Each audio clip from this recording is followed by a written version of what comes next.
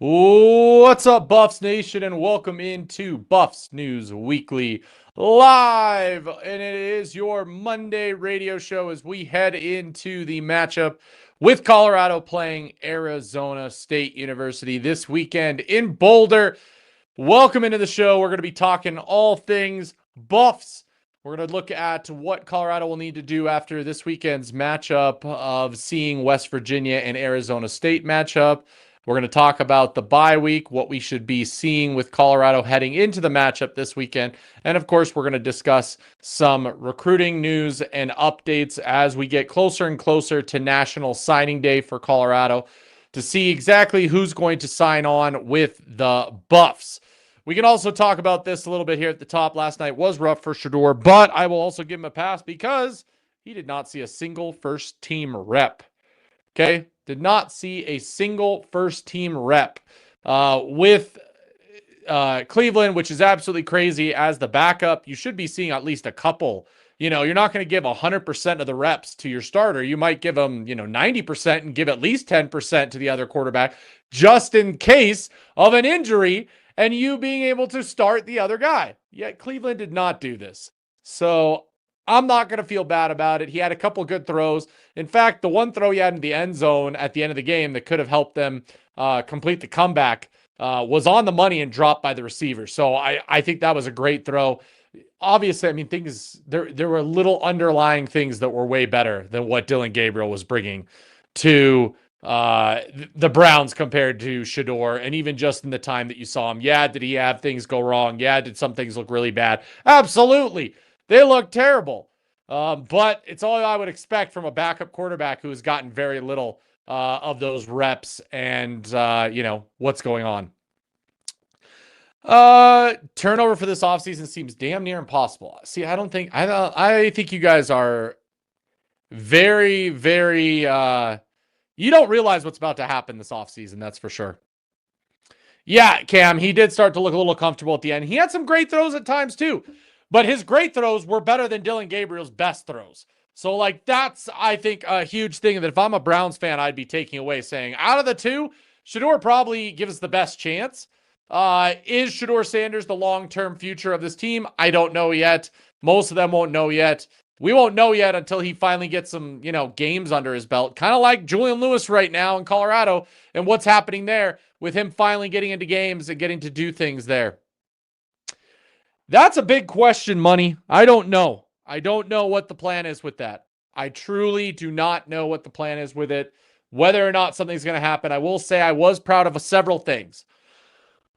Colorado was out in force this bye week recruiting, okay, with a big trip to Utah going after two of Utah's best recruits there in the defensive backfield. Things are trending well on that front. Overall, the defensive backfield, the defensive backs that Colorado is going after might give you a reason for why a guy like Timms might not even be a priority for Colorado anymore. Okay? Reminder that we were one of the first offers and only offers for Timms, and that's why he committed to Colorado. Now he's finally getting some play from some other teams. Reminds you of anybody else that Colorado has had in the past that flipped? Oh, perhaps a specific Talon Chandler who had no other offers, and then his hometown team finally offered him late in the cycle, and he decided to flip to his hometown team. How'd that end up for him? Well, he ended up in the portal after 1 year at his hometown school. So I think Timms might be a similar case. I think now that he's finally getting some attention from the teams that he's wanted, I think that's where he might end up. Gavin Mueller, we already knew that he was going to be gone. That's not a shocker. Not a shocker at all. Bingo. Not decommits, but we got flips, and it looks like right now Gavin Mueller is projected to go to Miami right now. So that's what's happening there.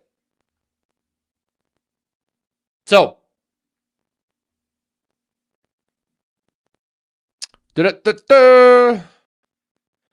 offensive line coach knows what he's doing. I mean, our offensive line looks much better this year. Xavier Hill was an absolute grab in the portal, as was Zy Chrysler. Everyone may say that the portal was a failure. I'll say the portal was a failure overall. But the few hits that we got, Tafik Bayard, Xavier Hill, Zy Chrysler, heck, you might even want to put in there Zarian McGill as well, have been perfect for Colorado and what they needed on the offensive line to improve that place. So we at least got better there. The places that we failed in, linebacker, interior defensive line, cornerbacks, those ones definitely failed. Everything else was pretty good across the board. Offensive line, wide receivers, obviously. Joseph Williams getting added. Tight end, Zach Atkins hasn't done too much this year, but he started to come on last game. I'm very interested to see how he is utilized this weekend with Julian Lewis getting a whole 2 weeks to prepare and work with Zach Atkins during the bye week. No, we don't, Northside. What are we talking about? I thought we were at 10. We were at 13. When did we lose 5 commits all at once? I've counted 3 commits lost.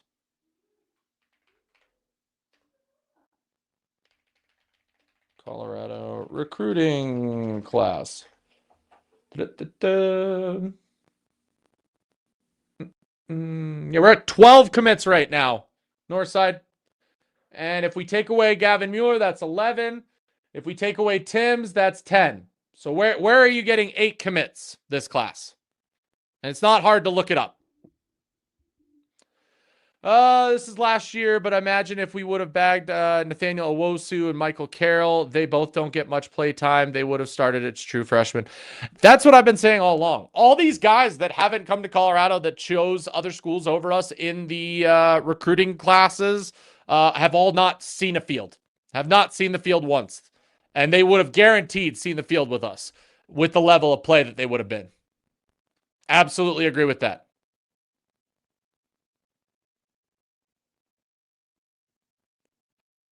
We'll see. We'll see if we lose Rodney Colton. DK, 10 commits is more than we've had at this time in the year than we have the prior 2 years. We always grab like 6, 7 players. In the past, we've grabbed 6 or 7 players on National Signing Day or closer to it. So there you go. Okay, the keyword was starter. The keyword was starter. They would have been a starter here. They don't get much play time. So Alex Garcia says Nathaniel Owosu and Michael Carroll don't get much play time. They would have started as true freshmen on Colorado. And then I got people coming in the chat saying that, oh, he's a rotational player. Is that a starter? Is that partial play time? I think that is. I think that's exactly what we just said. Why do you guys, seriously, why are you so deaf? Why do some of you guys just listen and hear what you want to hear and not what's actually said? This is exactly the point. He's up there with Preston Ashley. They both know what they're seeing. I just said Timms would be 11. Rodney would be 9. We still have 9, Northside, so your numbers are off. Okay, you think Maurice Williams is going to flip, the 3-star cornerback. Okay. We said those level and caliber of recruits would start. Again, I literally just said that, ignoring exactly what I just said. Rodney's not flipping. I don't think he is. I love the twins from Utah. And trust me, everything I've heard, both on the booster side and the media side, we are looking good with both of them right now. Oh, Gennaro, trust me, I've said that since literally we started this. I've literally been saying every week, why was Juju not starting day one? I am keeping it real. I have questioned that every moment. And if he was not ready to start, that's on the coaches. That's on the coaches. Don't get mad at me because you're getting irritated. I'm irritated because I'm mad. It's literally the same thing. Except they wouldn't. Because they see what Colorado would be. Which is literally a chance to come in and start day one. Literally a chance to come in and start day one. Chance to start day one. Yeah, Cardi was not ready to start D1 day one. Some of these guys are. Those twins, size-wise, development-wise, what they have, they could start at Colorado day one. They're not starting day one at Utah. Utah has a much better defensive back room than we do right now. I can admit that. Kevin, that's not true either.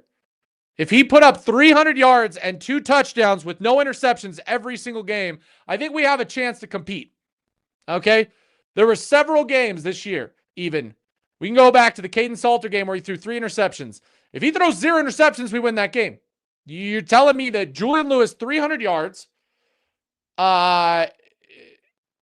touchdowns, no interceptions, no turnovers is a bad game by Julian Lewis, and we'd be 1-9. Okay. You definitely no ball. That's why the players that decommit from CU won't play, which is why they should stay at CU. And they don't get any tape. I mean, worst case scenario, if you don't like it here, leave after a year. You have a tape of playing here. You can go be Colton Hood and go to Tennessee. If anything, Colton Hood just proved how you could possibly do this. Come to Colorado, put some tape together, and then leave. Get their legs stronger, bow too heavy, weak. I think one twin definitely would start at safety for CU. Unless we get the other player that's now in the portal, a certain Boo Carter, who is now officially in the portal, leaving Tennessee. I don't think they make him look like an NFL pro, because NFL pros aren't just quarterbacks that run the ball. See, Jeff Sims is probably going to run all over Colorado's defense. Absolutely. I don't know any NFL scouts that see a quarterback that just runs all over and doesn't pass the ball as a quarterback that's going to be in the NFL. But sure. 24-48 passing plays went for negative yards or no gain. Kevin, 300 yards, 2 touchdowns, no interceptions, and a chance at winning that game. If you don't want to take into account that we missed both our starting tackles in that game, and you're not going to take that into account, I don't know what to say. Hey, Alexis, appreciate you coming in for the show today. We are doing good. Had a good weekend. Again, relax on the bye week. Just carry about it. Yeah, he probably will go for 150 yards rushing. Doesn't mean he would be an NFL pro. If recruits don't want to start early, go to these big-time SEC schools, get that bag simple. Exactly, Alex. Depends on what you're wanting. Oh, I know. Deals. I know. We got some people that just do that. They don't bring any actual substance to the conversation. I like them because every now and then they have broad substance. Right now they're not. Because they love to do this. When Colorado's down, they love to bring out the trolling. Absolutely. A lot of the commits CU has had, they're doing nothing at other schools when they could be starting at CU. Yeah, although Nathaniel Owosu would have started at linebacker. He'd have been playing by now. Because he was a different animal than Mantrez Walker was. A lot of people will say, well, why isn't Mantrez starting? Mantrez, size-wise, was not ready for the D1 game just yet. Okay, I never thought that he was going to come in and start day one or even play that matter. He was an absolute redshirt target to develop, and hopefully eventually he goes in, similar to what Brandon Davis-Swain did this past year at Colorado. Nathaniel Owosu was ready to go D1 ball. Decided to go to Ohio State. Not starting. No real tape. A little bit of issue. Offensive line is going to be good next season. Defensive line has question marks. Boo Carter probably commits to Colorado. I think he eventually ends up here. I think he could. Just depends. I mean, him and Seton are pretty close, guys. Good weekend. UGA won. I did not have to bite my fingernails while watching CU. Hey, that's a good weekend always. Trust me. Hey, I'm in happy land, okay? I'm in my happy place. I got on my, of course, Nikola Jokic shirt. Right now, by the way, Colorado sports teams outside of course, CU. You got the Broncos, the Nuggets, and my Avs have won 21 straight victories between all three. I'm doing fantastic, guys. I don't care. CU can't bring me down. And people in the chat can't bring me down, that's for sure. And that's where we're at. Texas did get whooped. That's right.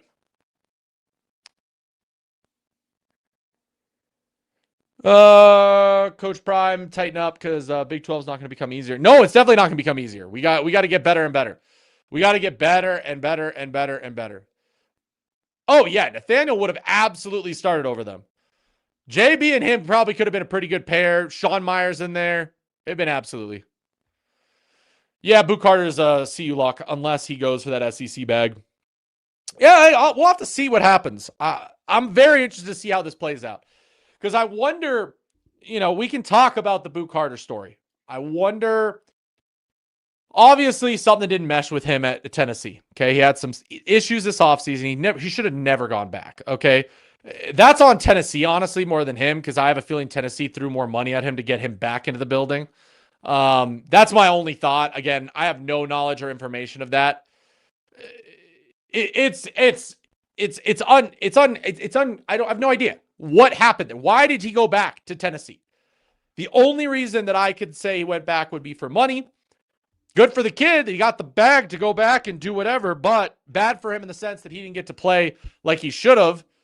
And obviously had multiple issues and should have just not stayed there in the first place. Could you imagine had Boo Carter came this offseason to Colorado? I mean, he could have started right away. He would have been a starting guy. It would have been so easy. And to a lot of people out there, I guess the other flip of the coin, the two sides to this that we could be talking about, because I've heard people say, oh, he's a cancer, he's had these issues, blah, blah, blah, blah. I mean, Cormani McLean had those issues. You have to wonder, your mom, does Boo Carter get a bag? Or because of now the baggage he's carrying and the issues he had at Tennessee, is he going to kind of have to start lower at the ground level and work his way back up again like Cormani McLean did? I mean, very similar in the stories, but could Colorado get him on the upswing like Florida got Cormani on the upswing, whereas Colorado had to deal with the downswing and Tennessee had to deal with the downswing? Who knows? Who knows? It'd be very, very interesting to see what happens with him. But I agree. I do think that Boo Carter has a very good chance. I was very shocked that they already had an article out with the teams that'll be interested in him. Colorado wasn't even listed. We'll see. We'll see. I just know that Boo Carter's mom wanted him in Colorado all along. Probably still wants him at Colorado with Coach Prime. Jordan Seaton and Boo Carter had a great relationship during that recruiting cycle, went on a lot of visits together, talked about playing with one another multiple times, including on social media, which made a lot of people think that Jordan Seaton was heading to Tennessee, and then he ends up at Colorado. So that was awesome. I'd be very interested to see what happens with him. Money, I don't see any. Okay, so here's the big thing with that. I don't think that there will be any surprise, we won't have any knowledge. I think in the weeks leading up to National Signing Day, which we're getting closer and closer to, the last 2 weeks, that's Colorado's prime time. Okay? Love my word usage there. But the last 2 weeks before signing day is when Colorado really ramps up some pushes on some players. So I could see that happening the last 2 weeks. I could see it. So in that case, you might consider them surprises because there could be some guys that we're not even talking about right now that in the last 2 weeks, all of a sudden, bounce through the roof. Now, the brothers from Utah, that was already one of those kind of surprises because now all of a sudden Colorado is going hard after them. They are going extremely hard after those guys from Utah. Okay, out of nowhere, because Colorado was not recruiting Utah as a state. So what does that tell you? You don't just randomly go and pick out some random recruits and start going after them hard if you don't feel like you have a good shot with them. Okay, that's what I like to tell people, and this has happened already in the 3 years that Coach Prime has been here, is in these last few weeks, if there are any players that happen to fall under Colorado's radar out of nowhere, this close to signing day, there's a reason for it. You go back to the first one, Cormani McLean. I mean, literally, Coach Prime waited until the morning of signing day to go after that kid. Okay, what does that tell you? Then you have last year, Alex McPherson, London Merritt. Those guys were kind of on the radar, in and out throughout the cycle, but Colorado started to go really hard after them the last 2 weeks and got them to commit right before signing day. Right before signing day, literally days before signing day, because that's what they did. I mean, we could go through all the guys. They had multiple guys commit that night. If you remember, we streamed it live here when they committed on Shannon Sharp and Ocho Cinco's show. So that's how Colorado likes to do it sometimes with their high school recruiting class.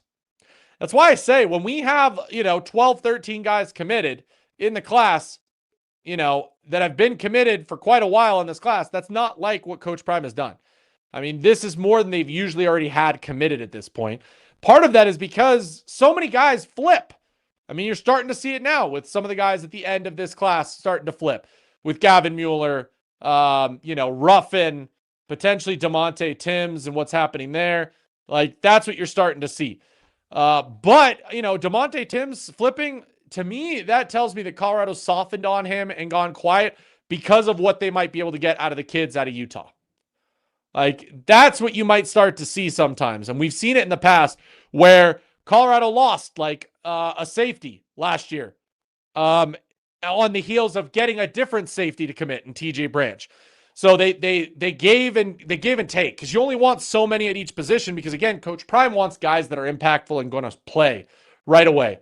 If you grab 5 guys at safety in your recruiting class, not all 5 are going to start. Not all 5 are even going to have a chance to be an impact. So what's the point is what Coach Prime says. It's what he says, not me.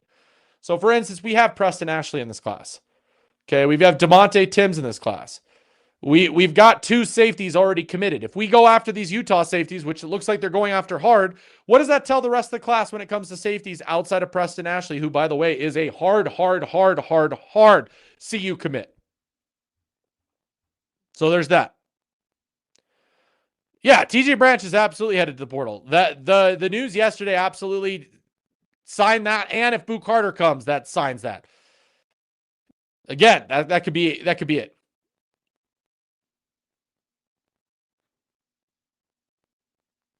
Oh, let's see. Alex Graham isn't even special teams at USC. Between him, Boo Carter, and Colton, we could add a solid DB room. Yeah, Jelani, and it wouldn't even been that it would have been. It couldn't be worse than what we have right now. You know what I mean? Like, yeah, they're freshmen. Couldn't have been worse than what we had right now. But, those guys decided to go elsewhere. Either, I'm going to assume, I hope for the sake of those kids, by the way, yeah, Cam, the number's right around there that they're going after hard right now, weeks before signing day. And there's a reason they're going hard after him. So there is quite a number of guys that are on Coach Prime's radar that they are going hard after to try and flip. The news yesterday wasn't directly about TJ. It was about Boo Carter hitting the portal. Because if Boo Carter ends up at Colorado, TJ Branch doesn't really have a path to start at safety. Because, I mean, let's be honest, guys. We can be honest about this. I mean, Boo Carter is the player, not Boo Carter as what we're hearing from Tennessee and all this stuff. Boo Carter is a player, and what he did as a true freshman at Tennessee last year was absolutely amazing. Okay? He can come in day one and start at safety. A safety room of Boo Carter and Tafiq Bayard next year, I like what that looks like. Now we can focus on our cornerbacks, right? You guys believe in that? Let me know. Would you guys see? I know, trust me, Alex. I would have loved to see a TJ Bayard backfield, but a Boo Carter Bayard backfield is just as good, if not better. I mean, he could. Maybe he does. Maybe he wants to be safety. Maybe he wants to be corner. Either way, he could be there. We're going to do something at safety, guys. We absolutely need corners. Yes. Lexus, I can't tell you what happened. I don't have the scoop. That one, I have no idea what happened. If I knew what happened, trust me, I'd be screaming it from the rooftops. The only stuff we know about Colton Hood is that his brother was released from his, they didn't want him to fill up a spot on this team for whatever reason. Again, I don't know any of the other details. I don't know. We can all speculate. I'm telling you the facts. The facts is Brandon Hood was no longer a part of this program. So Colton Hood didn't want to be a part of this program anymore because the rumors were that they wanted to play with each other. And then he went on to play at Tennessee and Brandon Hood went on to play at UMass. So I don't know what happened there. Everyone can speculate. Anybody else? That's literally the facts. Those are the only facts that we have available to us. Anybody else that wants to say anything, because there'll be people in the chat who'll say what happened, guys. They don't know. Unless it's literally Brandon Hood or Colton Hood with a burner account, we don't know exactly what happened. I don't think we get Boo. Hope so. Brady, are you saying you hope we get Boo, or you don't think we get Boo, you hope we don't get Boo? I'm not sure. it would be surprised if that happened. They would be leaving a stable coach for one that is a mess. Okay, Dennis. See, it's called playtime. It's called getting tape as a true freshman. So even if you leave, you have tape. Whereas there are true freshmen that could have come to Colorado that'll probably be hitting the portal here in the next 2 months, and they have no tape whatsoever to show to the next team that they're trying to go to. Yeah, Kenyon, I could agree with that. If we're not going to play him, it's a little bit frustrating at times. Correct. I agree with that. I don't love talking about it, but I will let Lexus know. She asked very nicely. Yes, correct. Shador's house was robbed during the football game yesterday, by the way, guys. That was just reported out. I do think it'll be over 15 money. I'm hoping that we push close to 20, but we'll definitely be over 15. Trust me.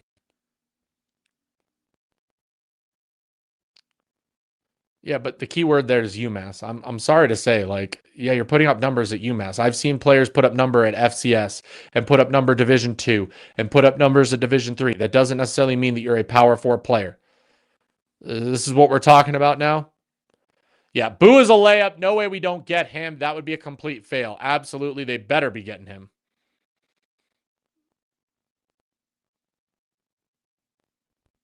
What are we talking about here?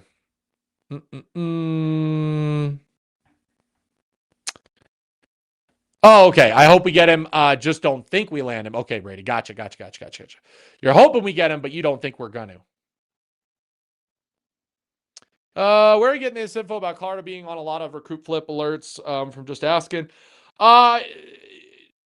Just recruiting staff boosters, a lot of that stuff. You can get a lot of that info from those people, and I don't throw out names or anything like that. I just let you know, because the big thing especially is the boosters is where most of us get our info from, because the boosters get the info before anybody else, because the team has to ask for money. When they have a chance to get something, the team will ask them for money. So that's kind of how it comes.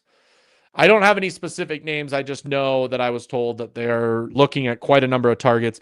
The 15 or the lots of recruits, I don't know the exact number. I just know that there are a lot of recruits that Colorado is trying to actively flip right now that they feel like they have a good chance at. Yeah, in a perfect world, 20 would be my perfect height. Like, I would give Colorado an A if they were able to get to 20, even if it didn't include a 5-star in it. You know?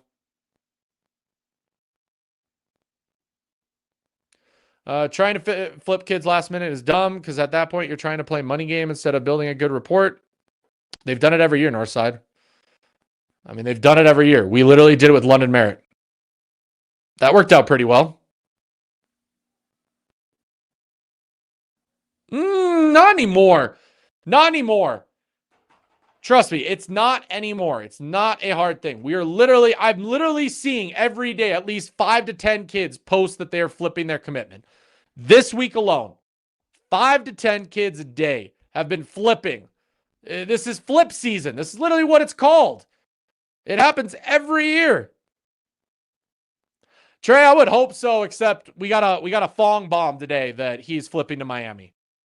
So that came out today. That's why I'm saying that Gavin Mueller's gone. He went to Miami this past weekend. Every word on the street is that he committed to Miami this past weekend. And they just haven't announced the official flip. Bingo! Bingo!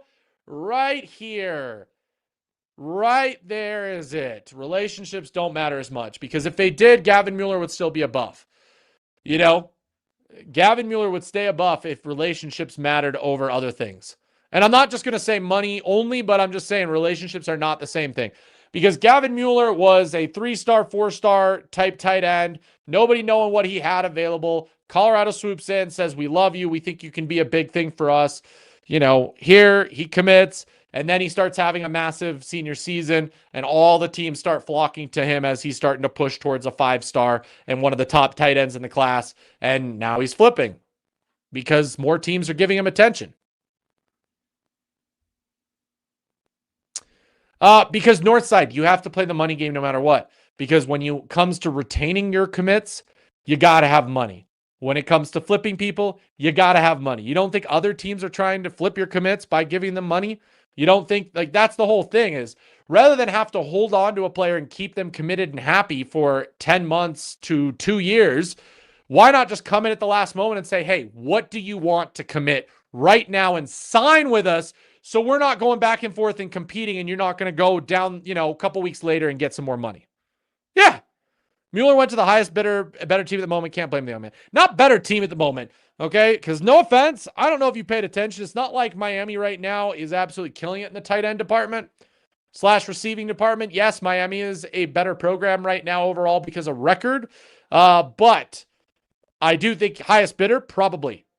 Because the other problem is their tight end room is stacked as far as skill in front of him. He's going to have to push past a lot of people. He comes to Colorado, he's starting day one. We can just say that right now. Gavin Mueller probably starting day one. Yeah, better team record-wise, but he's going to go and probably sit the bench for a year. So I hope the money is good.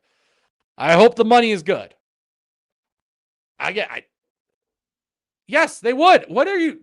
Again, you just sometimes ignore everything I say and just say whatever. Okay? There's that. Yeah, that's the bad part about the NIL thing. Although I'm not mad at kids getting paid.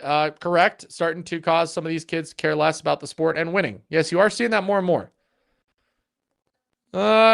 We'll see, Brady. I'd be paying attention to Julian Lewis this next couple weeks, because so far in his first game, Julian Lewis started to target the tight end a lot more. And by the way, this week in practice, he's really starting to connect with Corbin Leisure, the freshman tight end.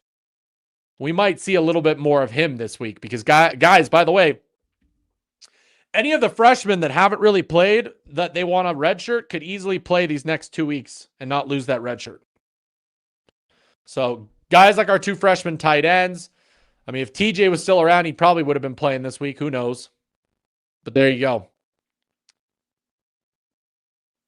Georgia Tech don't play the money game. They whoop us.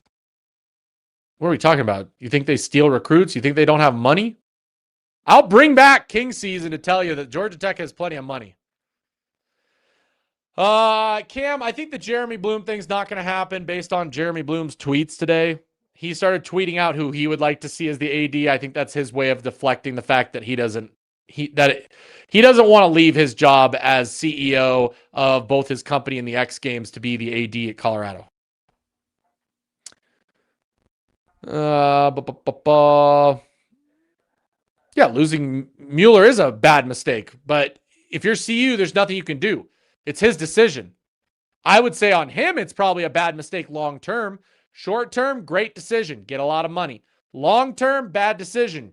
You could play right away, get some great film, great tape. Hey, if you blow up and you want to go play for some top school and get money, but if you don't even get a chance to see the field, it's going to be really hard. We all know that Juju would have started the season. We would have been 8-2, 7-3, and the recruitment cycle would have been totally different. Exactly, Alex. To the person that said that with Juju starting, we would have been 1-9 right now, who absolutely is not paying attention to what's going on. You can't tell me at minimum we don't have 3 more wins with Julian Lewis at quarterback, even through the hard, tough moments. I've been hammering this drum, Lexus, for months. I want us to get Colorado guys. Yep, bingo. Miami has 7 tight end, 2 freshmen, 5 sophomores. Gavin, another tight end, makes it 9 total on the team for 2026. Thank you. I mean, you make my point right there. It's a money thing. He's going to Miami for the money, guys, because they're going to pay him probably more than Colorado for no guaranteed spot. He's got to battle through 9 guys to see the field. 9 guys. There you go. That's true too. He doesn't. But we were only your mom. I get that. But it wasn't like we're losing by 40 points every week. Yeah, the 2 40-point losses, we don't win even with Juju. But you look at all the 1-score games, if we just had a little bit better quarterback play at specific moments, some clutch plays, some ability to throw the ball downfield instead of all short balls and things that, Salter was doing, who knows? Probably get a couple more wins. Yeah, I'm telling you guys, Alex, we're going to see a lot more freshmen the next 2 weeks. We are going to see the future of Colorado on display. Win or lose, we're going to see the future. Okay? So you got to take that into effect and just see what each individual player does. He's coming to Miami for that scattered. Okay. Gualo, sorry. He's going to Miami for the money and for this. Okay? Yeah, see.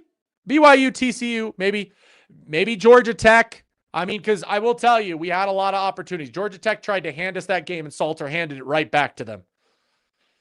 So that's what I'm saying. I could see 3 games that would have potentially been wins with even an average Juju.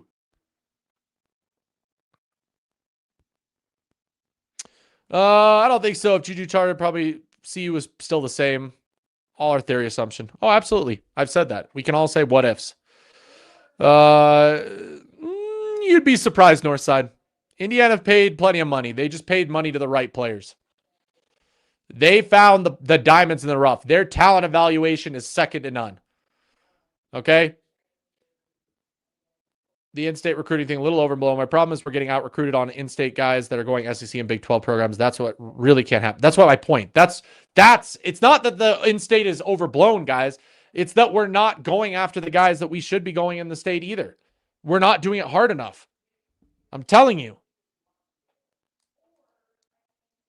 Oh, yeah, they did. Oh, yeah, they did. I mean, I'd take more money to live in Miami, too. If I had enough money to live in Miami and was rich, I'm going to have a fun time in Miami. Gualo. Yeah, it was too much, and we still only lost by 7 points. They turned over the ball 3 times, and we got 7 points off of 3 turnovers. That's where I'm talking about that we probably win that game if we have Julian Lewis at quarterback. I'd understand if they ran for how many yards they did and they won by 30 points, how that wouldn't have been a win. They won by 7 and tried to hand us the game with 3 turnovers that we couldn't do anything. And yeah, to Georgia Tech's fans' points is, was that because of how good we were? No. But they still gave us 3 turnovers. If we score 1 more touchdown off of a turnover, that game is completely different. We could have been up 14 or 21-0 to start that game against Georgia Tech. And I would have liked that because Georgia Tech would not have been able to run the ball as much because they would have been trying to play catch up at that point. I think they can. Did you watch West Virginia and Arizona State this weekend?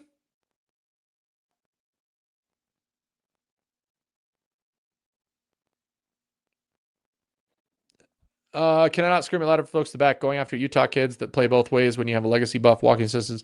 Why not both? Why not both? Don't blame him. I moved to Miami from Boulder, and the talent here is impressive to say the least. Sir guy. I get it. Hey, I get it.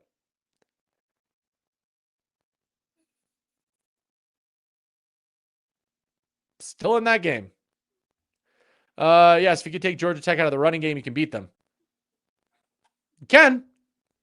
And we didn't. We didn't take them out of the running game. We put them in a perfect spot to be able to play the running game exactly as they needed to and run that clock. That's actually pretty good numbers, Northside. Oh, man. And dudes in the recruiting staff like the portal opened up for undergrads. Why not look at them?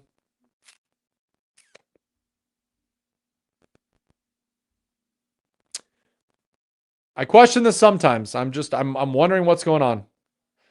I've talked about Torrey Davis ad nauseum.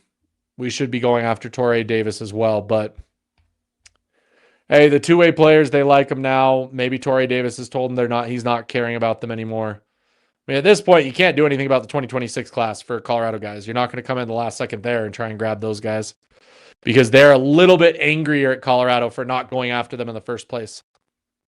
Got a little bit of a chip on their shoulder that they're not going to be happy about. So that's what you get. That's what you get, guys. Oh, no. Gualo, I agree with that. There are some guys out there that you could have at that level. Yeah, Northside. And I talked about this. It's also talent evaluation. I've literally been talking about this whole time. You want to just harp on the money thing? Colorado spent more than $6 million, by the way, on the roster. I mean, if I give you 3 players, they spent almost $1 million on Jaheim Otis, they spent almost $1 million on Salter, and they spent $1.3 million on Juju. Northside, tell me how much that adds up to. You don't think that other guys didn't get some money on the side? I mean, we know those 3 players, and that's already almost that whole thing. My problem with Colorado is who they throw money at, who they like to throw money at.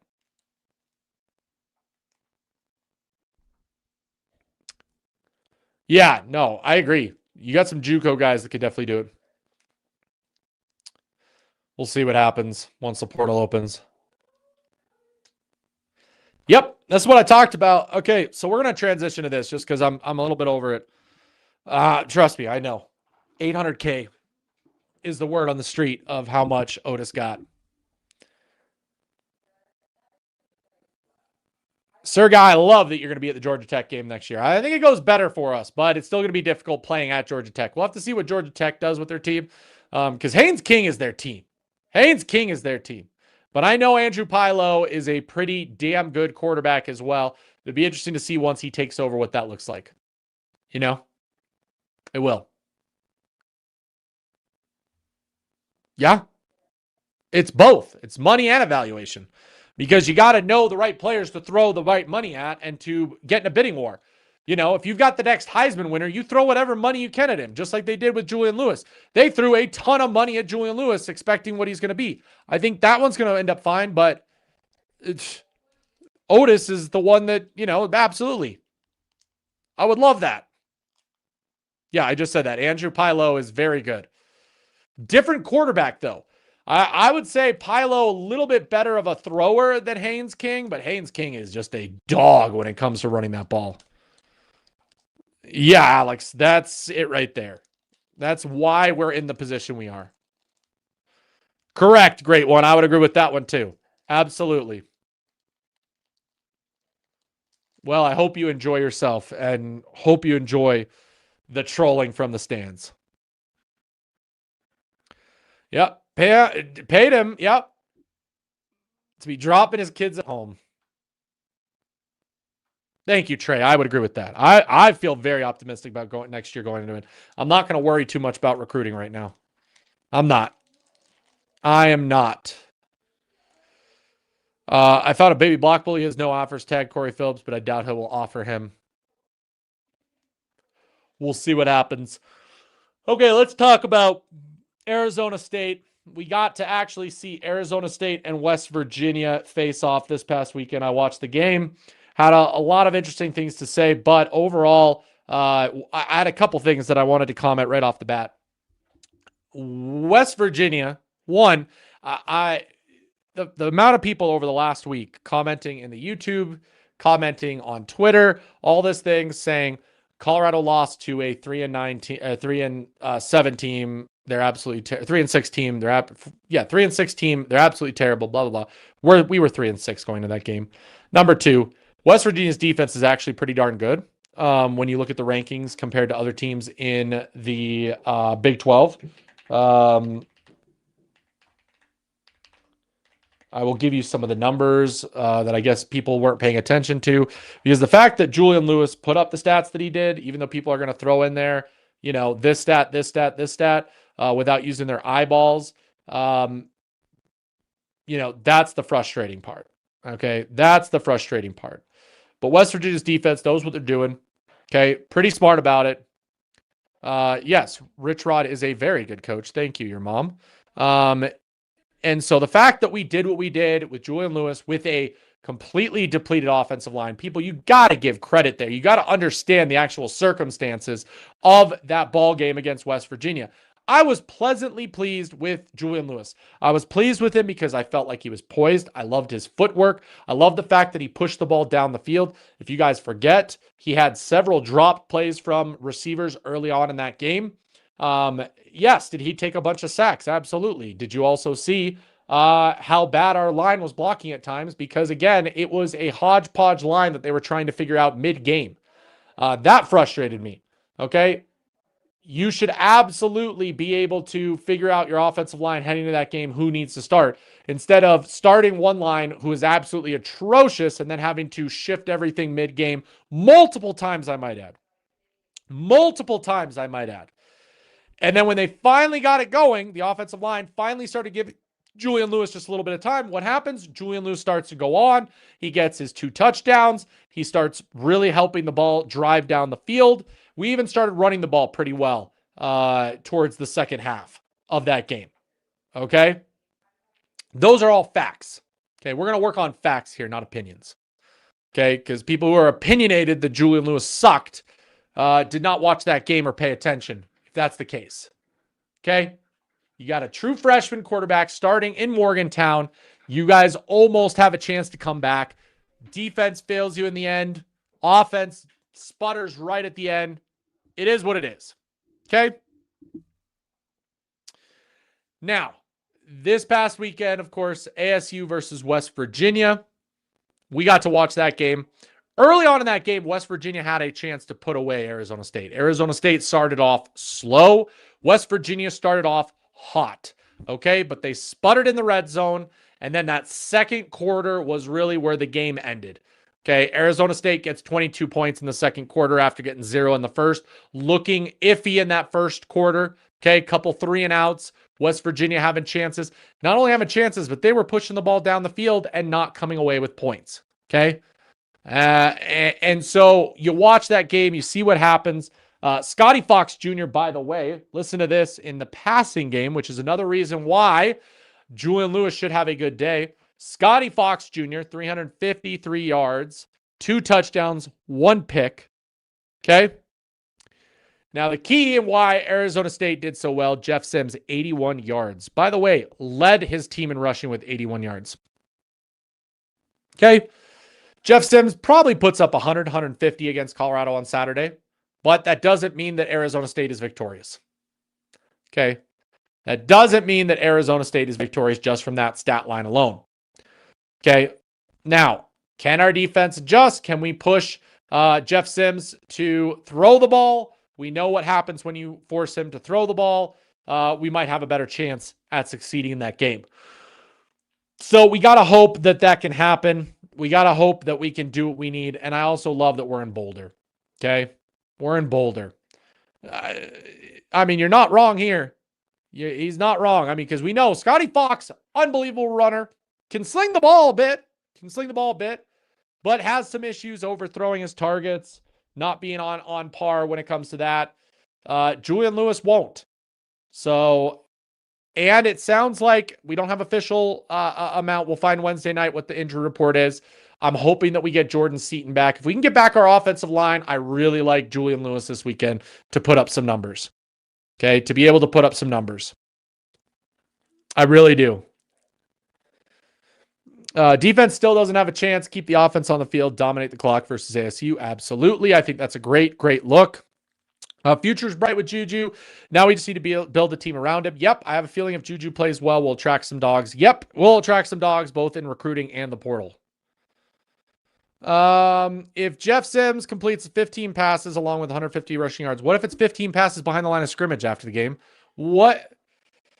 That is the dumbest stat you could have said. Now, if you had said if he puts up 200 to 250 yards passing plus 150 yards rushing, game over, that I'd understand because that actually shows the ball went downfield.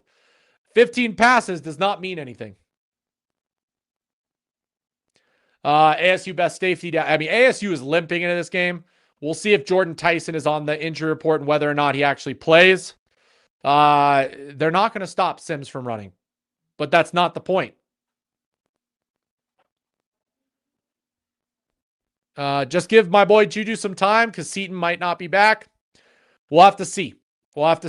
At least we figured out that Xavier Hill is an absolute beast of a right tackle. Even if Seaton comes back, I say you start Seaton at left, you start Xavier Hill at right, you get your cornerstones going, you help out the middle of the line, you have your running backs focus on chip blocking and blocking in the middle instead of having to, get an extra guy off the edge. And I think you give him enough time. I think you give him enough time. You are absolutely ridiculous and probably said the dumbest comment I've ever seen you say. I truly cannot believe that. Because you look at our close games, they were all at home. I mean, that was the extra bit. It definitely plays a part in it. Must win game, must stop the bleeding ASAP. I would agree with that. I want to see us get a win. We need to get a win. And Julian Lewis wants to get a win. There's a reason he stuck around for the bye week to work on his craft instead of going elsewhere. I could easily tell you where Caden Salter was during the bye week, but I'm not going to talk about that information. I mean, he was in a boot last week. I don't know how bad the ankle is. We will see. You know, you might pay attention to well off and see if he was practicing. That's really all we can do. Yeah, the rest of them were. Yeah, you can get blown out once. Doesn't matter. I'm saying the rest of the games, all the games that we talked about that you said if Juju started, he probably wins. Those are home games. Those are home games. BYU at home. Georgia Tech at home.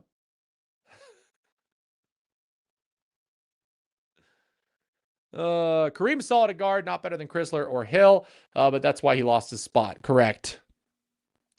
Pursuit drills should be in full effect. It's going to take a team to swarm to tackle. Arden, as a senior, should have some sacks in the last 2 games. I would agree with that. Not telling you where he was. You can guess. You can guess. It's not hard.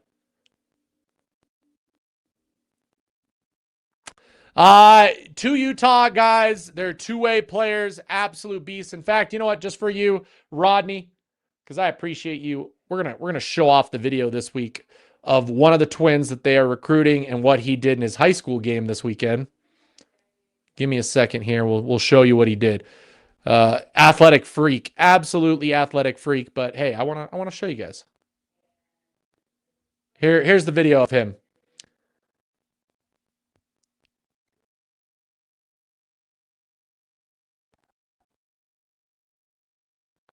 Yeah. Colorado was at this game, by the way. Oh, and by the way, I don't know if you know this either, guys. I don't know if you paid attention to this, but he's wearing Colorado gloves. He's wearing Colorado gloves. Another post of him that those gloves that he's wearing for the game, he got from the Colorado recruiting staff. So just throwing that out there. But that is one of the twins that they are going after. Name is Kenan Pula, 6 foot, 290 pounds, out of Utah. So there you go. They're after him. They're committed to Utah, both him and his brother. But Colorado's after them real hard. Real hard. We won't know yet. Portal's not open yet. We won't know. That's right, Gualo. He was wearing Colorado gloves during his playoff game that he got from the staff who were at the game in attendance, and they had just offered him last week, by the way. They just offered him last week and then went and visited him in Utah. He got offered October 10th. Actually, not last week. Sorry, last month he got offered, but they've been hot on him since they offered him. Yeah, definitely use us for clout. I mean, yeah, towels don't matter either. Wearing t-shirts don't matter. Shorts, for that matter. I mean, I got told for an entire year, none of that mattered. No way was Julian Lewis ever coming to Colorado. CU's O-line is actually below average. A good O-line can make average running backs look good, but a bad O-line will make a really good running back look average or worse. When it comes to run blocking, Robbie, you are correct. I have said all season that our run blocking has not been good. When you really look at it on paper, it has not been good. Pass blocking is where they excel.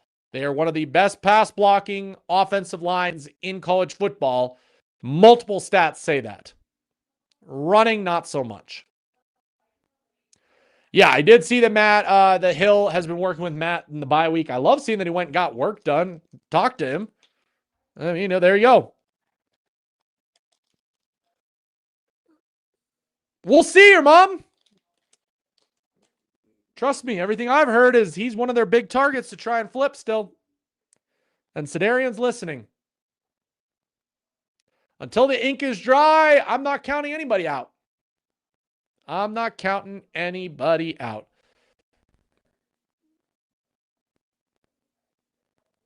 I assume you mean why weren't we on these guys earlier, Northside? Because they're Utah guys, really like literally around the corner from us. Is that what you mean? Weakest coaching room on offense is the O-line. Glad Xavier Hill working with Matt. Okay. He's not flipping.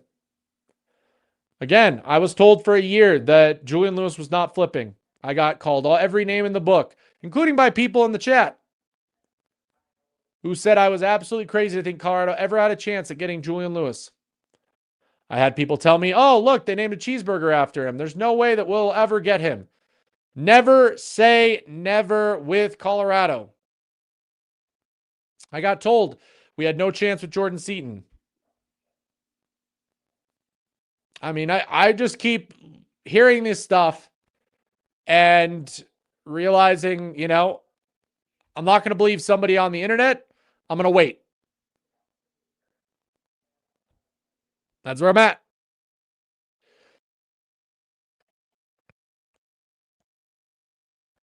Yep. Dion Tula is to visit recruits for 2026 will be worst recruiting class since he has arrived, but he's never visited for any of them. I'm confused at that statement. That doesn't make sense.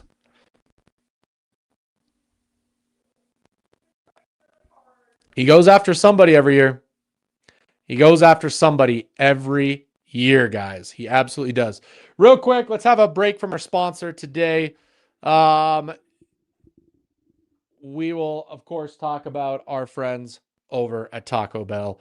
Get your Julian Lewis Cup at your local participating Taco Bells in Colorado. Taco Bell, of course, amazing sponsors. Donated $500,000 to Colorado 2 weeks ago at the game there.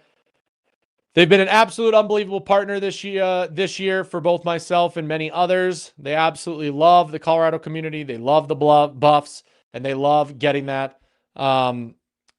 We just absolutely thank Taco Bell. Make sure you guys go out, get your Buff Box. If you're going to the game this weekend against Arizona State, why not stop and get a Buff Box and get yourself a $7 steal of a deal? I'm telling you guys, in this economy, $7 meal that can feed you and at least you, maybe one other person, depending on how much you eat. I'll let you know. I have never finished an entire Buff Box by myself. Okay, if I had somebody else with me at the time, we could easily have shared it. Who knows? But that's what the Buff Box is, an absolute steal of a value.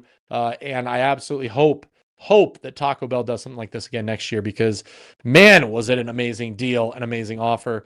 Hey, go to your local Taco Bells, get many of the many wonderful menu items that they have available to you there.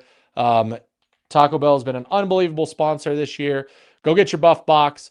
Get your collectible cups before they're gone, guys. The Buff Boxes themselves, these are gone. Okay, you can't get these anymore, but you can still get your cups. Go get your cups before they're gone. You'll want to be a part of that and be able to see that there. Appreciate Taco Bell for everything they're doing, all the funds that they have donated to CU this season, both in the scholarship fund and the $500,000 donation. Appreciate you guys at Taco Bell. Liv Moss, Sko Buffs. Awesome partnership and awesome year. Really do appreciate it from them. Guys, a little bit about the schedule. Yeah, the Buff Box is not real. They only have regular TV boxes, bags, and cups. Yeah, 5280, they ran out. They're sold out of them. They're selling out. My Taco Bell still has the cups. They do not have the Buff Box anymore, unfortunately. I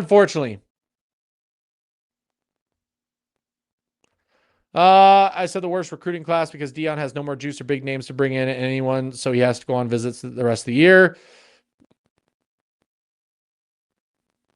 Yeah, Northside, I would agree with that. If we added, say, 5 Colorado kids a year, 5 of the top Colorado kids, if we could somehow get even just 5 of the top 10 Colorado kids, okay, regularly every year, add in the 15 to 20 guys that Prime has been getting from outside of the state, the Texas, the Florida, the Georgia, the Louisiana kids that they've been getting. So we're talking about 20 to 25 high school recruits, including a mix of Colorado, including a mix of those top guys. Yeah, we would be absolutely stacked. Bring in the portal guys that you bring in, some top portal guys each year, 20 to 30 guys in the portal. Bam. That's how you build a class in today's college football. Dang! They ran out in August? They were really popular where you were at 5280. I mean, I can see the flat irons for me. I can see Long's Peak from where I'm at. My Taco Bell's got the cup still, and they've had the boxes up until I'd say about 2 weeks ago. They ran out. Is there any part of the athletic transition concerning? Like, what if the new guy is not a hack? Lamar, there's nothing concerned about it. In fact, I actually feel really good about it because I think whoever they get to fill that AD spot is going to be very football heavy, very football dependent. Coach Prime is going to be a part of that conversation of who gets to be the AD. Rick George will still be a part of that conversation because he is still on as a consultant / connection to the football program, guys. So I have no concern right now about it. People shouldn't have concern about it. The AD decision, search, all that has no effect on Coach Prime leaving. I know way too many people that were saying that Coach Prime was on his way out because that's why Rick George retired. He's retiring because Coach Prime's leaving. No, this has literally been the plan for years for Rick George, okay? In fact, Rick George postponed his retirement and leaving until he could have the football program in a good spot with Coach Prime. That's why him leaving is actually a good thing in the sense that it's saying, hey, things are going good in the way that things are going direction-wise.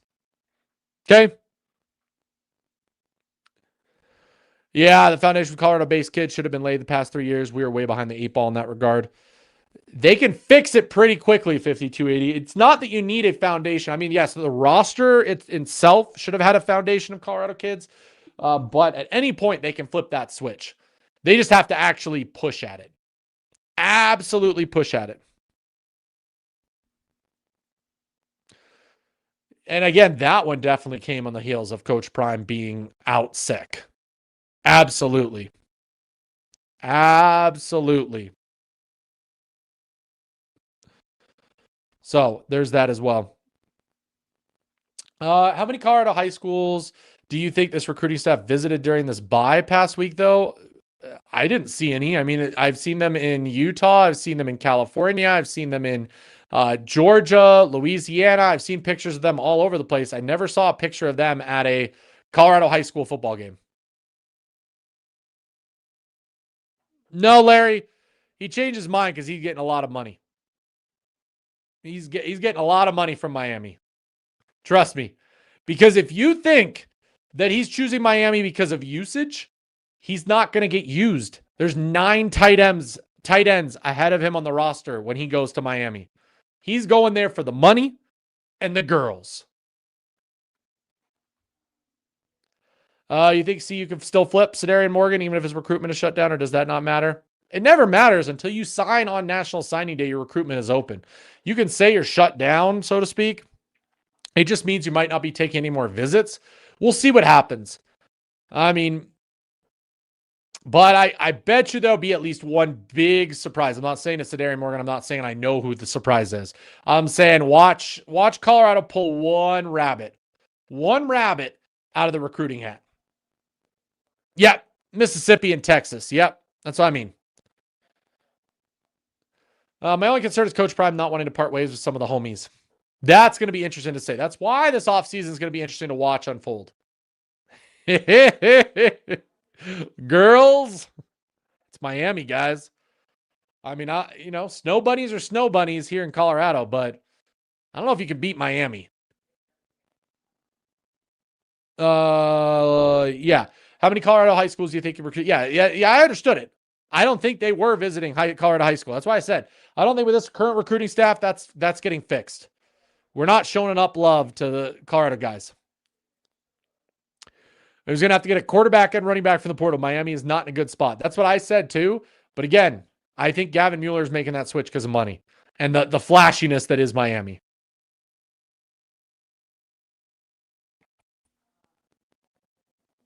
It depends. Again, 5280. I said the last several games, the win-losses is not going to matter. It's how you lose. It's what you do. It's who does what. Because right now, the last several weeks, including the blowouts, the only players that are showing up are the young guys, which is good because, again, it signifies that the base of this team for next year is there. Okay? Yep. We have Alex and Christian Ward, and Alex might still reclassify. He's trying to reclassify, by the way, to 2026. So that might grow our 2026 class. Quarterback's going to be an issue for them. Be very interested to see who they go after. Trust me, I agree with that.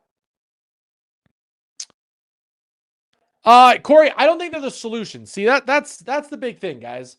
I'm not of the ilk that some people are online that think that the Colorado kids are going to solve all our problems. No. The Colorado kids, the Colorado athletes are part of the solution. They are not the solution. Okay, guys? So that's my big thing to you guys. So Colorado kids can be part of the solution. I talked about this with Matt in my interview with Matt McChesney. Go check it out on my YouTube channel, guys. I know you guys don't love Matt, but this was my point that I made with Matt. And Matt was like, yes, you're hitting it. Yes, you got it. Which was, Colorado guys are not going to win you a ton of games by themselves. Okay? They're going on to be part of the solution at teams like Georgia, Michigan, Ohio State, USC, Oregon. You know, the list goes on and on. The key is you got to pair them with some of the best talent in the country, which Colorado has at times been able to grab. You know, Jordan Seaton, Cormani McLean, Juju Lewis.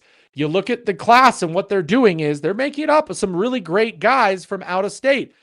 Pair that with 5 to 7 in-state, some of Colorado's best, okay, that are going on to SEC schools. I showed you guys the list of guys who are being recruited in Colorado, and the top 7 are all going SEC Big Ten. You get most of those guys, you know, sprinkling a couple other, you know, hidden guys there, and then you do what Colorado's been doing. So I'm saying on top of what Colorado's been doing, you know, Colorado grabs 15 to 20 of really good players from Texas, Georgia, Florida, Louisiana, California, whatever states we want to talk about, okay? 15 or so of those guys sprinkled in with 5 to 7 Colorado top guys. You could put together very damn good teams year in and year out at Colorado. And you pair that on top of each other each year you're doing that, you would be able to build a powerhouse of a team that could compete with the best in the Big Ten and the SEC and would be competing for the top spot in the Big 12 every year.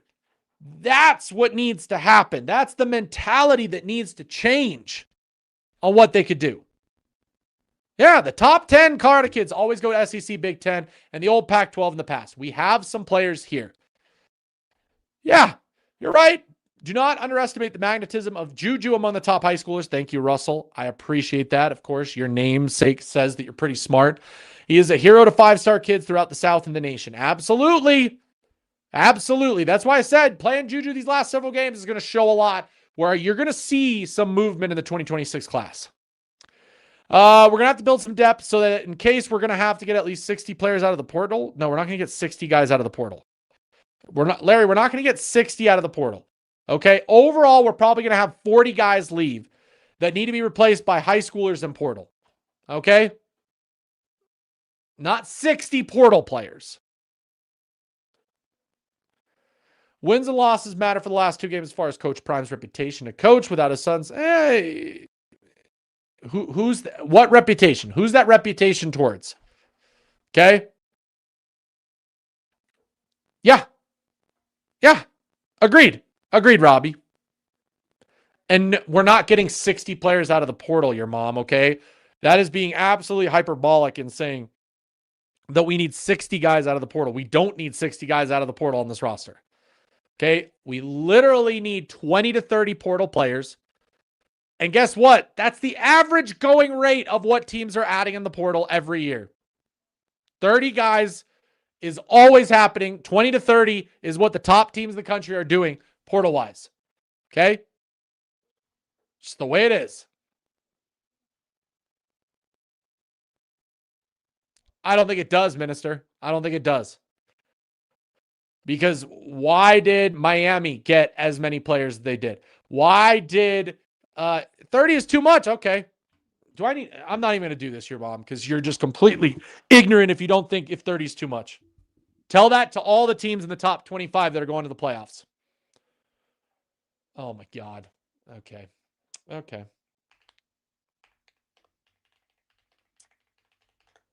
Oh, let's go down the 2025 portal rankings, and you tell me what's going on. Okay. Texas Tech, 21 commits. Miami, 20. Ole Miss, 30. Ole Miss is doing pretty good. Indiana, 30. Indiana. That's interesting. It's very interesting to me. Huh. Just saying. Some of these teams in here, you're looking at about 20 to 30, depending on the year, for commits. Yeah, did Oregon only have 11 commits, 15 commits from the portal? Yeah. That's fine for them. Let's see top 25 of football. See how that compares to each other. Well, UGA is UGA, correct. UGA is not going to grab very many because they grab like 100. I mean, look at what they're doing right now in recruiting. They're cleaning up in recruiting. They're cleaning up in recruiting. But you look at the top rated teams, Indiana, like I said, they put 25 portal guys. Okay. So you look at this list. Some of them added a lot of recruits. Not all, but some of them didn't. It makes sense.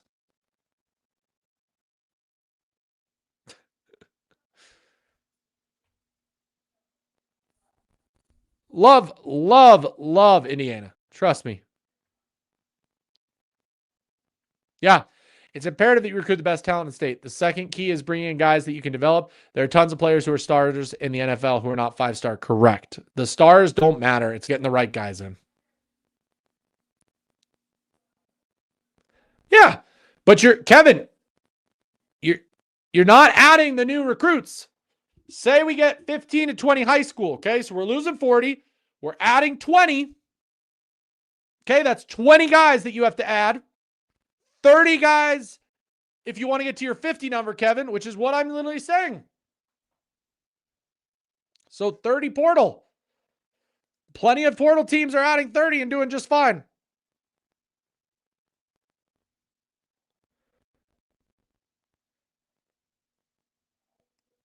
Yeah, correct, Robbie. We will have to live in the portal still a little bit.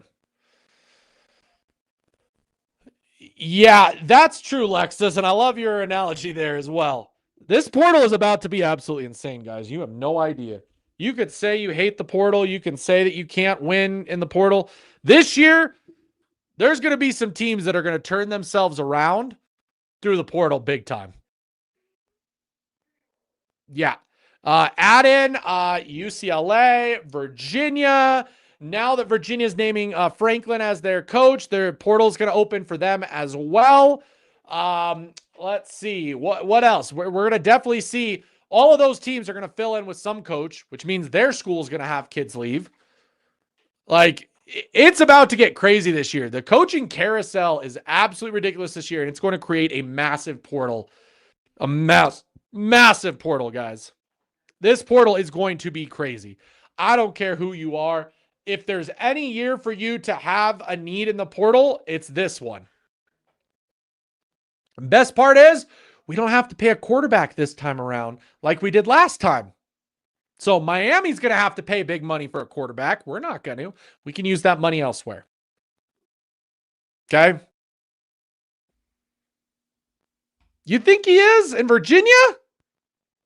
You think he's going to get 30 high school kids in Virginia? We'll see. I don't know if those Penn State kids that he lost, that decommitted from Penn State, are all just going to want to follow Franklin to Virginia of all places. Just saying. Bingo. Yep. Exactly. We missed on it. That's what I keep saying. I appreciate you, Tony. I really do. I appreciate you being here. They're going to poach some players for sure, but I don't know how many players want to go to Virginia Tech. I do agree he's a good recruiter. Yeah, the rumors today, Lexus, are that he's taking the Vautech job. There's been multiple announcements that he's taking it, so that's what it's looking like.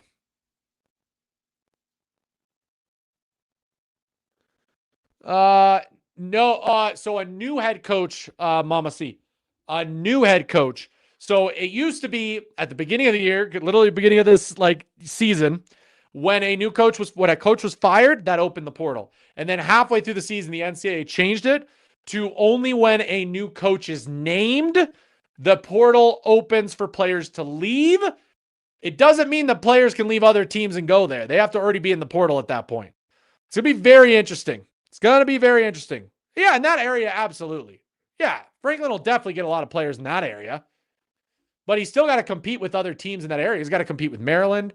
He's got to compete with whoever goes to Penn State. You still got to compete with the likes of, heck, you want to even go a little west, Ohio State, Michigan. It's not like he's just going to have it, done. But yes, Virginia itself, he'll be good. There you go. Clemson has pretty much died on the back of Dabo Swinney not doing the portal enough. I'd be fine with him coming back. I don't think he's going to. The fact that he left Kansas State. So he left Colorado because he was supposedly homesick. Now, I definitely think he left because of the bag that he was offered from Kansas State, not because he was homesick. And I'm sure he's leaving Kansas State because I think he's getting offered a bigger bag elsewhere. So I don't think he's coming to Colorado. Are you talking about James Franklin? It's not, it is like there are multiple big name media sources saying that he is signing a contract with Virginia Tech. I don't think it's a rumor if we're talking about James Franklin. I don't know. I'll be interested to see how that goes. See how much money Virginia Tech has right away. Yeah, I think Coach Prime's about to be very hands-on this offseason. Just saying, guys. Okay, I'm going to call it quits today, guys. We've been on for over an hour. Hey, Wednesday night, Buff Blitz with David. We're going to talk about ASU more. That's what's going on. That's what we have scheduled for you. And then Friday, we'll have our final Buff lunch talking about ASU game as well and the injury report by then, knowing what's happening. So appreciate you guys for joining me tonight. Hey, hit that like button on the way out. If you haven't already hit the like, I appreciate it. You guys are massive in supporting me. Hit that like button. Subscribe to the channel. Appreciate you guys so very much. Until Wednesday night, hey, you guys are awesome. Sco Buffs, as always.